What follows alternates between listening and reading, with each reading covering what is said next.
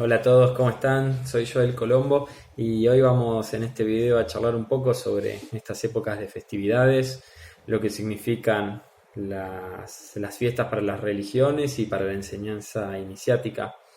dando un pantallazo general para las religiones que se diferencian en algunas cosas con la enseñanza iniciática y en otras se parecen mucho. Se basan en dogmas, en creencias y ciertas leyes que tienen que seguir, que la institución de la religión mismo creada por el hombre genera cierto contenido bajado de un Dios divino superior y externo al hombre, y el fiel, el religioso, la sigue sin poder moverse un ápice de ese camino, lo cual también es válido para encontrarse cada uno con su Dios, con su divinidad, con su energía, pero muchas veces terminan encerrando al propio creyente en convicciones que quizás no le son familiares a su forma de ser. En cambio, la enseñanza iniciática es más libre, toma todas las enseñanzas de todas las religiones, de todas las instituciones, pero realmente conecta con la divinidad. Religión viene de religar y las instituciones deberían reconectar al hombre o despertar ese poder divino que tienen dentro, y lo que terminan haciendo con su enseñanza es separándolo. Por lo cual desde enseñanza iniciática se impulsa a que cada uno vaya formando su camino con las distintas enseñanzas disponibles de los grandes maestros, de las grandes culturas ancestrales y con la enseñanza originaria. Entonces, dicha esta diferencia, hoy lo que nos atañe es el 24 y el 25 de diciembre, que son sobre todo en Occidente fuertes las fiestas de la Iglesia Católica, de esta institución, todo lo que tiene que ver con Jesús y con Cristo y la enseñanza que dejó. La mayor parte de esta enseñanza, desde lo que es la Iglesia Católica, está en los libros canónicos, pero no es lo único. También hay manuscritos apócrifos no reconocidos por la misma Iglesia, pero vamos a ver que dentro de lo que es la enseñanza oficial de la Iglesia Católica hay muchísimo contenido de enseñanza iniciática y de lo que sería el Cristo, que se diferencia bastante de lo que es Jesús y lo que es la historia de culpa y de muerte y de sacrificio que realmente genera un mito de Jesús de muchísima culpa para la existencia en Occidente. En cambio, en enseñanza iniciática se intenta tomar la enseñanza originaria. Muchas veces pasa que aparecieron grandes maestros, grandes individuos en la historia de la humanidad, y a través de esa enseñanza ciertas otras personas generan un culto, una religión, y muchas veces se termina separando de esa enseñanza originaria que dio esta persona, este iluminado que aparece en la tierra. Entonces hay muchísima divergencia en lo que son las historias, en la historia de Cristo, que hay más allá de los libros canónicos. Ya hay diferencias de cuándo nació, si es de Nazaret, si es de Belén, si fue el 24 de diciembre, el 25, si fue el 24 de junio, dadas las circunstancias climáticas de la zona. En fin, más allá de esas diferencias que pueden ser de parte históricas, Cristo, tanto como humano como mito, apareció para dar una enseñanza enorme. En una época, en una antigua era,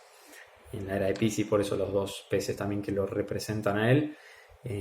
donde no se tenía la facilidad ni la energía que existe en esta época. Estamos terminando los 7 años de transición entre el 2012 y el 2019, cuando empieza la nueva era de Acuario para lo que es el zodiaco y la astrología, y hay muchísimas cosas que tenemos hoy que ya Cristo no tenía en esa época, y que tenía que hacer realmente magia para conseguir todo lo que hizo, para que él era un supuesto carpintero y poder haber viajado por un montón de lugares de Medio Oriente, del mundo. Estaba en una zona muy conflictiva donde se hablaban muchísimos idiomas, podía hablar más de 5 idiomas Cristo, podía tener debates con los máximos eruditos de cada zona y dar enseñanza y que le terminaran dando la razón. Y eso, una persona, un supuesto carpintero de esa época, imagínense, sin universidades, sin acceso a la educación, solamente se podía conseguir con magia. Y la forma también que encontró de hacerlo es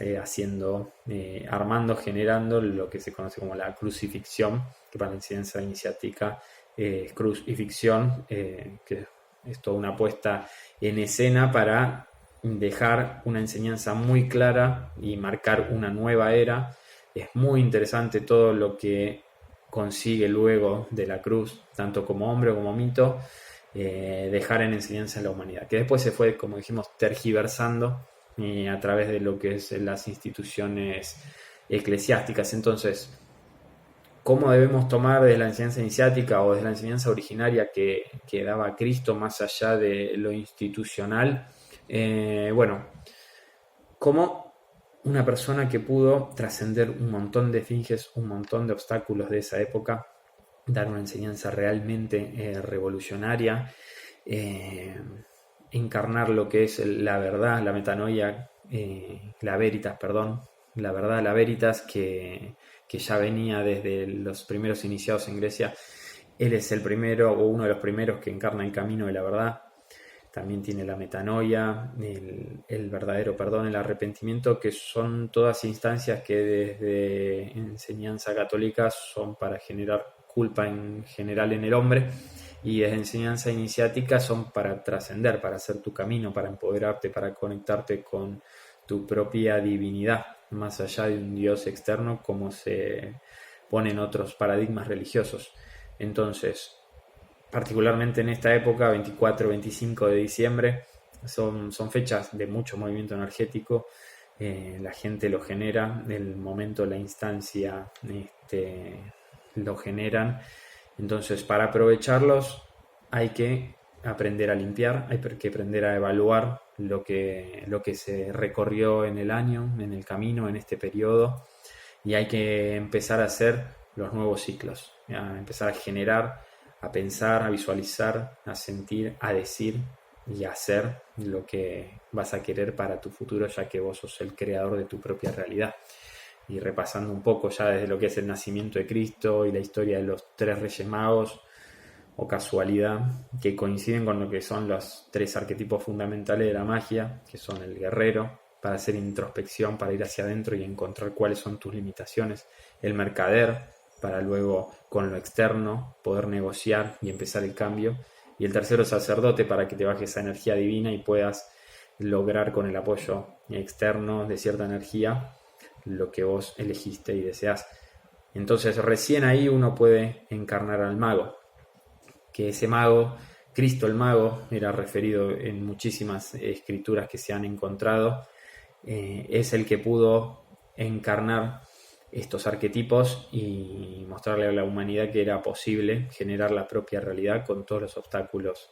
que ellos representaban en esa época. Y hay un montón de mitos, del agua al vino, de los peces, del pan. Son todas representaciones simbólicas de lo que generaba Cristo en ese momento. Y si nos ponemos a repasar un poco más, Cristo el mago, la palabra fundamental del mago de la magia conocido occidentalmente es abracadabra, que tiene origen etimológico y pronunciándolo como corresponde, Aberaj Dabar, que por cuestiones de tiempo no lo vamos a analizar en profundidad en este video, pero es la palabra mágica del mago, que significa poner en palabra lo que uno desea, lo que uno va a cumplir y el camino que va a realizar hacia adelante. Entonces,